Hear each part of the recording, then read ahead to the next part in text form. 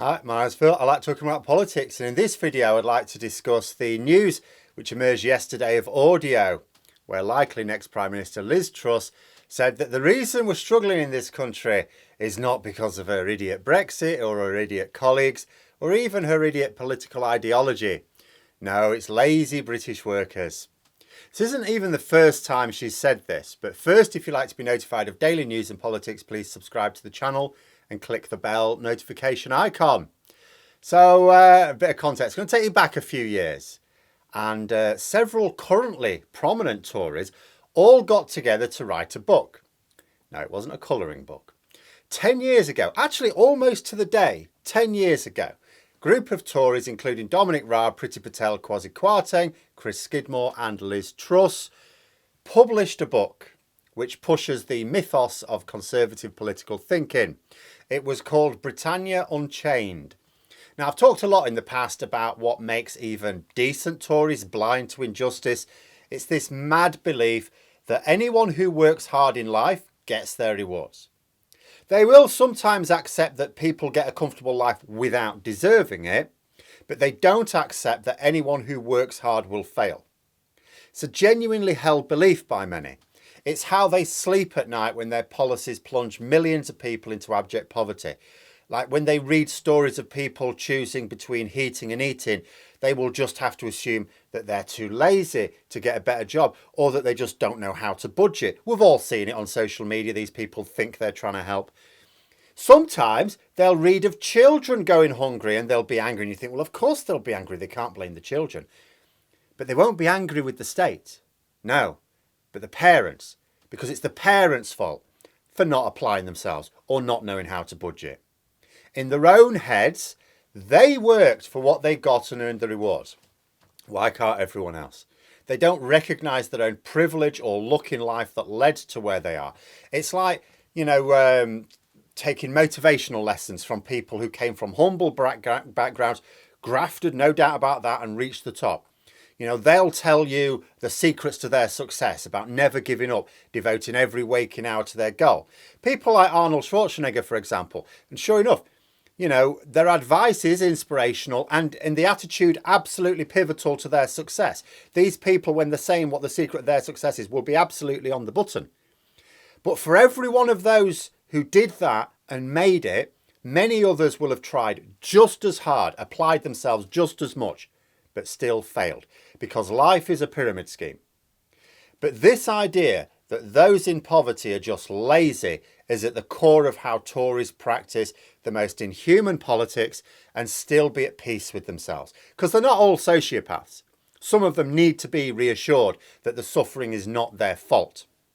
Anyway, in this book, there was a particularly famous passage, quote, "Once they enter the workplace, the British are amongst the worst idlers in the world." Now, I don't know which of the five actually wrote that line, but they all authored the book, so they all signed off on it. But now, 10 years later, Liz Truss has been caught saying something that I think could aim the spotlight of suspicion onto her. In fact, in this audio, she seemed to claim ownership of the line from Britannia Unchained, but claimed it was mischaracterised. This is a word she's using a lot these days. She says it whenever there's a backlash to one of her statements. Now, I'll link the article with the audio. It rambles a bit. There's actually a few other bits and pieces. Some of you may wonder I'm not picking on the Brexit bits. But the key thing is what she suggested were the following. So first, British workers lack skill and application. Those were her words.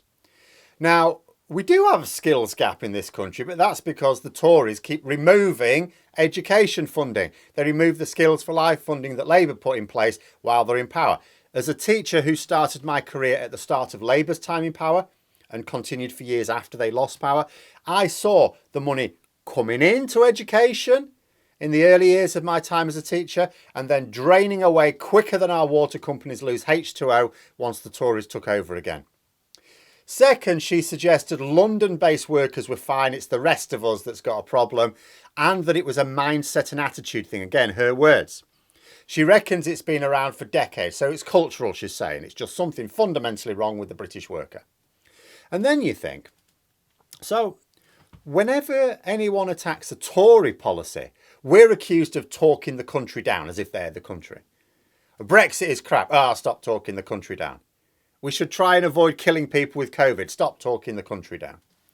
Well, this is literally talking the country down, isn't it? Because she's not attacking any government, past or present, Conservative or Labour, or any government policy here. She's literally attacking the people, ordinary people of this country. And specifically what Tories would call the British of the British. Because in Britannia Unchained, if I'd have carried on that passage, whoever wrote it, that Truss referred to in this audio, they made a distinction between what they called British people and people, say, Indian heritage. So I think it's fair to say they mean white. So white British workers have a poor attitude towards work, she's saying. She praised the work ethic in other countries. There was one particular country, was it Germany with their high productivity? No, China. Oh yeah, China, with their very few human rights or labour laws. And right on cue, what do we see? Someone pointed it out to me, I have to say. What do we see on the front page of the Daily Telegraph this morning? A headline on the front page, arguing for us to remove anti-slavery laws. This is the problem, apparently. We won't allow slavery, of course. You know, they're not arguing that these white British workers should be slaves. No. The anti-slavery laws are what are stopping us, stopping people seeking asylum in the UK. It's migrants that are the problem, they say. And it's our anti-slavery laws that are stopping us solving it. And how many times have people like myself said that the Tories will argue for various human rights laws to be abolished in order to punish the other people, the people not like the ones they're trying to convince. No, not you guys, not the ones who vote for us, the others. But a law covers everyone. And once you strip away a law that gives someone else some rights, you're stripped of those rights yourself. No, this will just be for the migrants, the Telegraph readers will say. The Tories don't care about migrants. In fact, they know we need migrants. Listen to the audio with Liz Truss. Read that passage in Britannia Unchained, which Kwarteng, Raab and Patel also put their names to, as well as Skidmore, but he's not risen quite so high. They're not attacking migrants. In fact, they're praising migrants. In the book, in this audio, they're praising it's the white British workers they have a problem with. If they want to remove anti-slavery laws, it's not to tackle the migrants, which Truss in this audio and all of them in the book praise. They praise the work ethic of foreigners. No, it's the British. And the British, as the Tories would understand the term British, that are to blame. This quaint notion they have of a white British worker with a cuppa in hand, sat around all morning saying they can't get anything done till Charlie gets here. This audio was not meant for public consumption. Their book was not meant to be read by ordinary people. These are where the mask slips. These are the little statements that they wish to hide away from the general public, where they explain what they really want. What they want is to remove our rights. Not the rights of foreigners or the rights of people who look foreign. The rights of their voters, which is why they don't want those voters to hear what they're saying or writing for a more exclusive audience. When it gets out, they say it was mischaracterised. But they never offer up what they meant instead. Oh, would you like to recharacterise it then? Put it in your own words, even though that is their own words. When Liz Truss was at the Tory hustings in Perth yesterday, she was asked about this leaked audio and tried to change the subject. Actually, I say she tried to change the subject. She did change the subject because it was a Tory party hustings. There was the host was not at all critical, didn't press her on it. So she simply just didn't answer the question and started talking about something else instead. She started talking about how business investment's down. Almost like, ignore the terrible thing I said, instead focus on the terrible policies my party's put in place. But they are absolutely desperate not to let the public hear them talking about ordinary British workers the way they do privately, because then the pieces fall together. How does it make sense that they want to water down our human rights laws for migrants if privately they praise the work ethic of foreigners, whether they be actual foreigners or just perceived as foreigners because they're not white? And at the same time, they're savaging the attitude of white British workers. I mean, they keep attacking the attitude of white Britons. They say this is why our economy isn't stronger. I mean, this was written in a book 10 years ago and she said it much more recently. So think logically. What can they do about that?